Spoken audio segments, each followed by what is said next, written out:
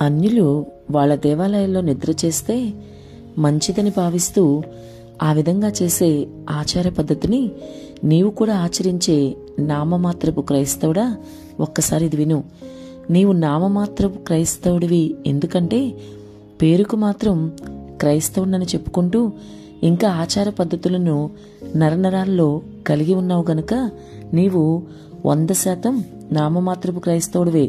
లేదంటే అన్యులైన వారు వారికేదో మంచి జరిగిపోద్దని అలా వారి దేవాలయాల్లో ఒక రాత్రి పడుకుంటే, అదే నిద్ర చేస్తే వారికి అది ఉపయోగకరమని అలా వాళ్ళు చేస్తూ ఉంటే నీవెలా అలా చేస్తున్నావు?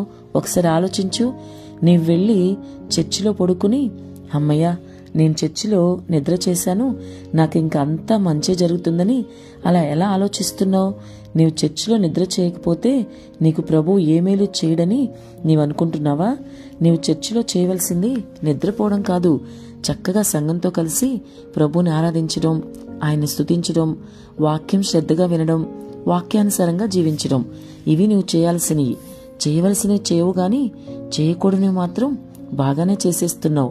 ఇవన్నీ చేయడం మానేసి అన్యుల వలె నీవు కూడా చర్చికి వెళ్ళి పడుకుని, మరి నిద్ర చేశానులే నాకు మంచి జరుగుతుందిలే అని అనుకోవడం ఎంత అవివేకమో కదా.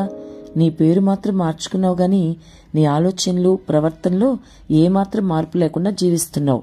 క్రీస్తుని నమ్మకముందు అన్యుల దేవాలయాల్లోకి వెళ్ళి నిద్రపోయావు. ఇప్పుడేమో ఆ దేవతల స్థానంలోకి క్రీస్తుని తీసుకువెళ్లి చర్చిలో పడుకుని నిద్ర చేశాను, మంచి జరిగిపోద్ది అని కేకలు వేస్తున్నావు. నీ జీవితంలో ఏమైనా మార్పు ఉందా? ఒకసారి ఆలోచించు. ఇలా చేసి క్రీస్తుని అవమానపరిచే బదులు పూర్తిగా క్రీస్తుని విడిచిపెట్టేవచ్చు కదా. ఇప్పటికైనా